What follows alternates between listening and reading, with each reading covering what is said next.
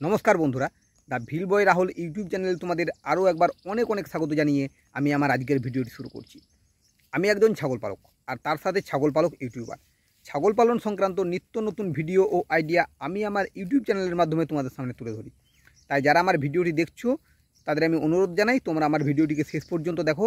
আর যদি আমার ভিডিওটি ভালো লাগে তো ভিডিওটিকে লাইক, কমেন্ট ও শেয়ার অবশ্যই করো।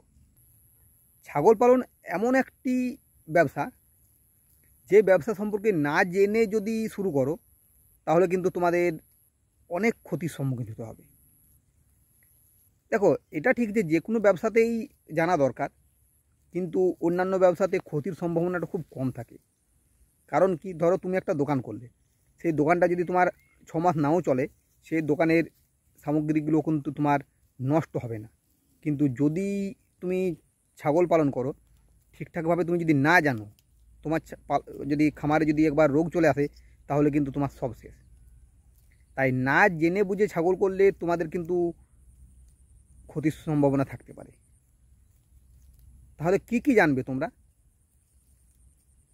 দেখো, জানার অনেক কিছুই আছে, তার মধ্যে সব থেকে বিশেষ করে যেগুলো জানা দরকার, যে ছাগল পালনটা কিভাবে করবে, কেমনভাবে ছাগল পালন করবে, কোথার থেকে ছাগল কিনবে, ছাগলের ঘর কেমন হবে, ছাগলের কি কি রোগ হয়, কিভাবে ছাগল পালন করলে ছাগলগুলো সুস্থ থাকবে, ছাগলের খাবার কি কি দেওয়া যায়, এই সমস্ত কিছুই তোমাদের জানতে হবে। আর এই সমস্ত কিছুই আমি আমার এই ভিডিওর মাধ্যমে তোমাদের সামনে তুলে ধরবো।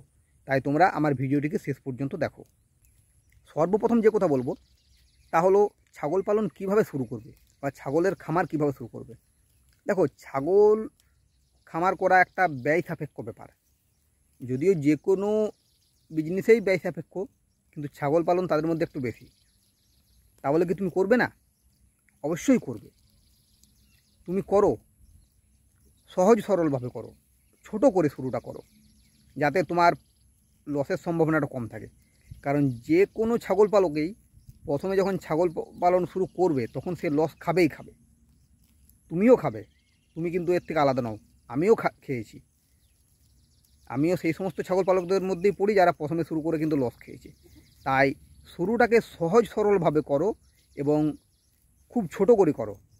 আমি ছাগল পালন শুরু করার সময় কিছু ভুল করেছিলাম, কারণ আমাকে বলার মতো কেউ ছিল না, কিন্তু তোমাদের বলার জন্য আমি আছি, যাতে আমার মতো ভুল তোমাদের না হয় বা আমার মতো ভুল তোমরা না করো, আর আমার মতো লস যেন তোমাদের না হয়। তাই তোমরা আমার এই ভিডিওটিকে শেষ পর্যন্ত দেখো। আমি কি কি ভুল করেছিলাম সেই সমস্ত কিছু আমি আমার আগের ভিডিওতে দিয়েছি, অনেক ভিডিওতেই বলেছি, তাই সেই কথা আজ আমি আর বলছি না। আমি যেগুলো বলছি তোমরা সেগুলো ভালো করে শোনো। তোমরা খুব সহজ সরলভাবে ছাগল খামারটা শুরু করো আর ছোট করে করো, যাতে প্রথম পর্যায়ে তোমাদের লসটা খুব কম হয়।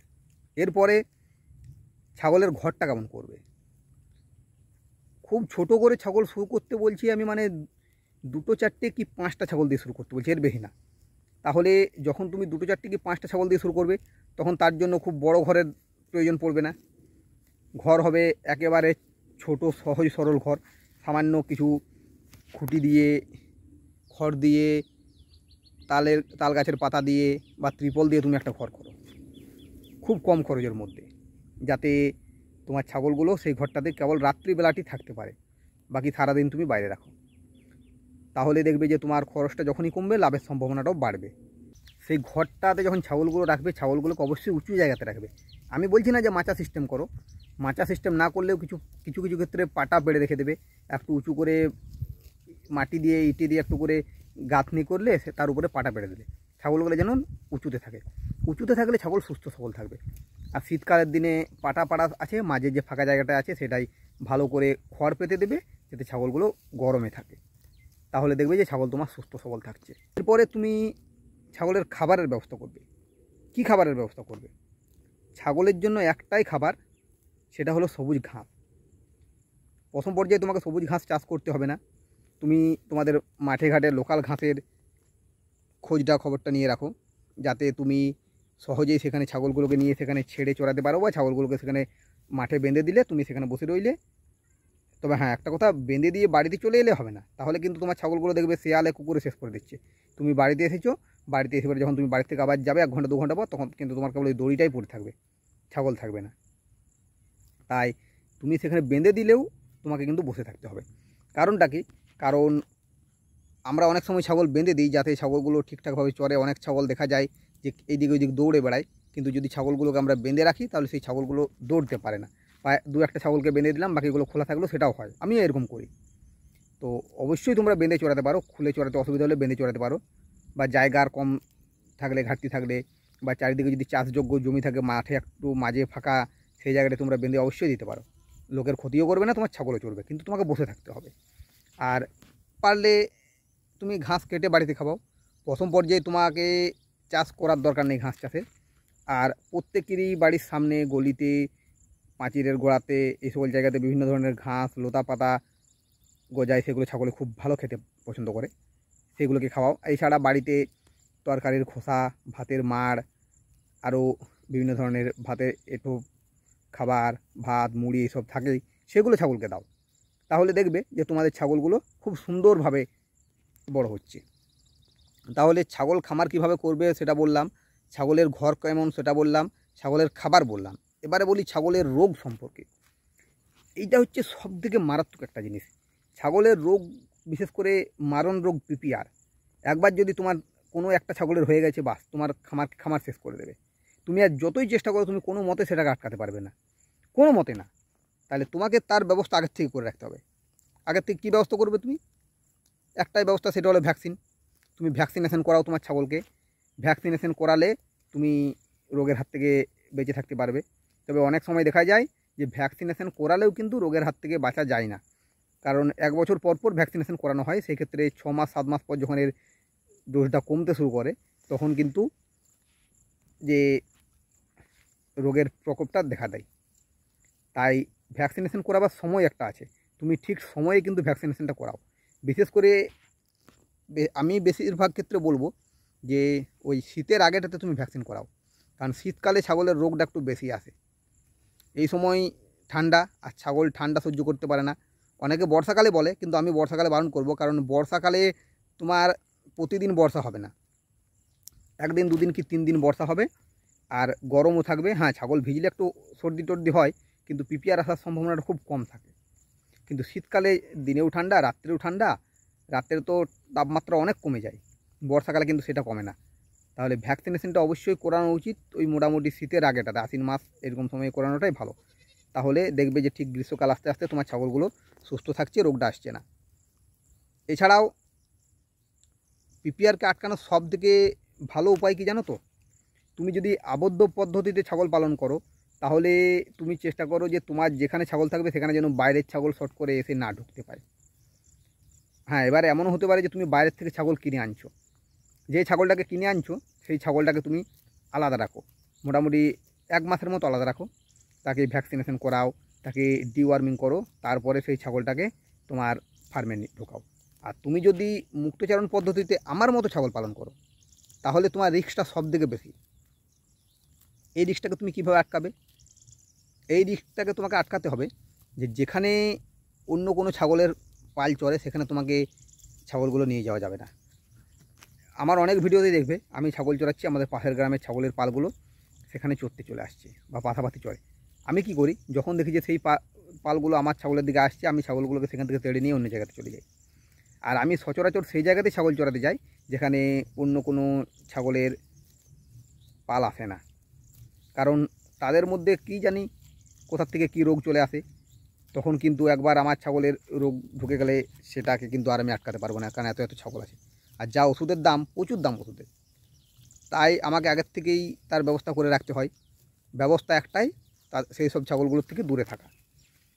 এবং আমি যদি দেখি যে কোনো জায়গাতে ছাগল ওদের পালটা চড়ছে, আমি ওদের পালটা চলে যাবার পরও সেই জায়গাতে আমি ছাগল নিয়ে যাই না। কারণ কি? কারণ তাদের লালাতে, মুখের লালাতেও পিপিআরটা বেশি ছড়ায়। সেক্ষেত্রে সেই জায়গাতে তাদের যে লালা পড়ে থাকতে পারে, সেগুলো আমার ছাগলে শুংলে তাদের পেটে গেলে কিন্তু পিপিআর হতে পারে। তাই সবথেকে ভালো হচ্ছে তুমি ছাগলগুলোকে দূরে রাখো। ভ্যাকসিনেশন অবশ্যই করাও, কিন্তু ভ্যাকসিনেশনের থেকেও ভালো হচ্ছে ছাগলগুলো দূরে রাখো। দূরে রাখলেই তোমার পিপিআরের হাত থেকে তুমি বাঁচতে পারবে। এছাড়াও তুমি ডিওয়ার্মিং অবশ্যই করো, মানে কৃমির ওষুধ দাও। কৃমির ওষুধ দিলেই তোমার ছাগল সব দিক থেকে সুস্থ থাকবে। যে কোনো রোগকে ডেকে নিয়ে আসে কৃমি। তুমি যদি ঠিকঠাকভাবে কৃমির ওষুধ দিতে পারো, তোমার ছাগল সব দিক থেকেই সুস্থ থাকবে। তাহলে কৃমির ওষুধ তুমি প্রতি মাস অন্তর অন্তর দাও, যাতে তোমার ছাগলগুলো সব দিক দিয়ে সুস্থ থাকে। আর লিভার টনিক পারলে তুমি অবশ্যই খাওয়াতে পারো। এগুলোর দাম প্রচুর। এগুলো তুমি চেষ্টা করো যে তোমাদের যে লোকাল প্রাণী মিত্ররা আছেন তাদের সাথে যোগাযোগ করে এই সব জিনিসগুলো নেবার ব্যবস্থাটা করো। তাহলেই দেখবে যে তোমার ছাগলগুলো অনেকটাই সুস্থ থাকছে। আর যতটা বেশি সম্ভব জ্ঞান অর্জন করো। একমাত্র জ্ঞানেই পারে তোমাকে সব দিক থেকে রক্ষা করতে। মূর্খ লোকের কোনো দাম নেই। জ্ঞান, আমি জ্ঞান মানে এই বলছি না যে তুমি কোথাও স্কুলে যাও, কোথাও ট্রেনিং নিতে যাও, তা বলছি না আমি। তুমি শেখো, যে কোনো জায়গা থেকে তুমি শেখো। যে কাজটা করবে সেই কাজটা সম্পর্কে এতটাই জানো যাতে কেউ তোমাকে সেই সম্পর্কে আর ভুল বোঝাতে না পারে। আমি আজ এত বছর ধরে ছাগল পালন করছি, আমি ছাগল সম্পর্কে এতটাই জানি, আমি অনেক ডাক্তারের থেকেও বেশি জানি। তার মানে এই না যে আমি তাদের সাথে তর্ক করবো বা কিছু। আমি জানি, আমি আমার ছাগলগুলোর ক্ষেত্রে সেগুলো প্রয়োগ করি যাতে আমার ডাক্তারের খরচটা বেঁচে যায়। কিন্তু কিছু কিছু ক্ষেত্রে আমাকে যেতেও হয়, সেই জিনিসটাকেও আমাকে চিন্তাভাবনা করতে হবে। আর বেশিরভাগ ক্ষেত্রে তোমরা তোমাদের এলাকার প্রাণী মিত্রদের সাথে যোগাযোগটা রাখো। তাদের কাছ থেকে বিভিন্ন ধরনের ওষুধ পাবে। যেমন আমি কৃমির ওষুধটা সেখান থেকে পাই, লিভারের টনিকটা সেখান থেকে পাই, এছাড়াও সাপ্লিমেন্ট পাউডার সেখান থেকে পাই, আমি ভিটামিনটা, বিভিন্ন ধরনের ওষুধ কিন্তু সেখান থেকে আমি পাই। এর ফলে আমার কিন্তু ওষুধের খরচটা অনেকটাই বেঁচে যায়। তাই এই যোগাযোগটা আমাকে রাখতেই হয়। এই জিনিসটা কিন্তু তোমরাও করো, তাহলে দেখবে যে তোমাদের ওই ছাগলগুলো কিন্তু সুস্থ সবল রয়েছে। এবারে মেন জিনিসটা আসছে ছাগল কোথা থেকে কিনবে। কারণ তুমি যদি ছাগলটাই না কেনো তাহলে আর এগুলো জেনে কী লাভ। ছাগল তুমি কোনো ফার্মের থেকে অবশ্যই কিনতে পারো। সেখানে তুমি ছাগলগুলো সব থেকে সেফ ছাগল হবে। যেমন ধরো আমি আমার ছাগলের ভ্যাকসিন করা থাকে, আমার ছাগলের ডিওয়ার্মিং করা থাকে, লিভার টনিক দেওয়া থাকে, যে কোনো ব্যাপারে দেওয়া থাকে। তাই যে কোনো ফার্ম থেকে কিনতে পারো, কিন্তু ফার্মে একটু দামটা বেশি পড়ে। তাই আমি সবসময় বলবো যে গ্রামে ঘুরে ঘুরে ছাগল কিনো। গ্রামে ঘুরে ঘুরে ছাগল কিনলে কী হবে জানো তো? গ্রামে ঘুরে ঘুরে ছাগল কিনলে ছাগলের দামটা কম থাকবে। গ্রামাঞ্চলে প্রায় বাড়িতেই 1, 2, 5টা করে ছাগল থাকে। তারা কিন্তু এর বেশি ছাগল রাখতে চায় না, 1, 2, 5টাই রাখতে চায়। তাই সেই ক্ষেত্রে তারা একটু বেশি হলেই বিক্রি করে দেয়। তুমি গ্রামে ঘুরে ঘুরে ছাগল কেনো, দেখবে ছাগলের চেহারাও ভালো আছে, ছাগলগুলো সমস্ত ধরনের খাবারও খায়, আর ছাগলগুলোর রোগ জ্বালাটাও খুব একটা থাকে না, আর দামটা অনেকটা কম থাকে। অনেক কম দামে যদি তুমি পাও, তোমার কিন্তু প্রথম পর্যায়ে লসটা হবে না। আর ফার্মের থেকে কিনলে তোমার দামটা বেশি পড়বে। আর তুমি হাটে তো একদমই যাবে না, হাটে একদম কিনতে যাবে না। হাটে কিনতে গেলে কিন্তু তুমি আরও বেশি ঠকে যাবে। তাই ভুল করেও হাটে কিনতে যেও না। সচরাচর গ্রাম থেকে কেনো, নাহলে ফার্ম থেকে কেনো। আর কোন ধরনের ছাগল কিনবে? ছাগল, বাচ্চা ছাগল একদম কেনো না। তুমি ছাগল সেই সব ছাগল কেনো যে ছাগলগুলো একবার তার বাড়িতে বাচ্চা হয়েছে, সেই ধরনের ছাগল কেনো, যাতে সেই ছাগলগুলো তোমার বাড়িতে এসেই 3 মাস, 4 মাস, 5 মাসের মধ্যে বাচ্চা দেয়, আর মিনিমাম একবারে 2টো বাচ্চা হয়। তাহলে তোমার লাভটা তাড়াতাড়ি হবে। এবারে আসি কোন ধরনের ছাগল দিয়ে ছাগল খামার শুরু করবে। অবশ্যই দেশি ছাগল দিয়ে শুরু করো। প্রথমে যখন তুমি ছাগল খামার শুরু করবে তখন দেশি ছাগল দিয়ে শুরু করো, তাহলে তোমার খরচ কম হবে, লাভের সম্ভাবনা বেশি থাকবে। তুমি অবশ্যই দেশি ছাগল দিয়ে শুরু করো। প্রথম পর্যায়ে কিন্তু তুমি ভুলেও অন্য কোনো বড় জাতের ছাগল দিয়ে ছাগল পালন শুরু করবে না, বা ক্রস ব্রিড দিয়েও শুরু করবে না। তুমি প্রথম পর্যায়ে দেশি ছাগল দিয়ে শুরু করো, যাতে তুমি খুব সহজেই তুমি ছাগল ফার্মটাকে তৈরি করতে পারো, ছাগলগুলোকে নিজের ফার্মে ঠিকভাবে রাখতে পারো, ও লসের সম্ভাবনাটা কম থাকে, লাভটা খুব তাড়াতাড়ি হয়। অবশ্যই তুমি দেশি ছাগল দিয়ে শুরু করো। এছাড়াও অনেক কথা আরও আসতে পারে, যেমন ছাগলের বাচ্চার যত্ন। আমি ছাগলের বাচ্চার জন্য এখন বলছি না আমি, কারণ আগে তুমি ছাগল খামারটা শুরু করো। বাচ্চার যত্ন পরবর্তী ক্ষেত্রে বলবো, কী কী ভিটামিন দেবে সেই সকলও বলছি না আমি এখন খুব সহজ সরলভাবে তোমাকে শুরুটা করতে বলছি। এগুলো হয়তো পরবর্তী ক্ষেত্রে অন্য কোনো ভিডিওতে দেওয়া যাবে। আজকে আমি শুরুটা কীভাবে করবে না করবে সেই সকলেই বললাম। তাই তোমরা সব দিক বিচার বিবেচনা করে জেনে বুঝে তবেই তোমরা ছাগল পালনটা শুরু করো। আর ট্রেনিং নিতে হবে এমন কোনো মানে নেই, তুমি পারলে ট্রেনিং নিতে পারো, না হলেও তোমার পাশাপাশি যারা ছাগল পালন করে সেখান থেকে জানো। যাই হোক, আজকে আর ভিডিওটা আমি বেশি বড় করছি না, আমার ভিডিওটা আমি এইখানেই শেষ করছি। যদি আমার ভিডিওটা তোমাদের ভালো লাগে তো ভিডিওটিকে লাইক, কমেন্ট ও শেয়ার করো। আর যে সমস্ত ভিউয়ার্স এখনও আমার চ্যানেলটিকে সাবস্ক্রাইব করোনি, তারা আমার চ্যানেলটিকে সাবস্ক্রাইব করো। আজকের মতো এই পর্যন্তই। ধন্যবাদ।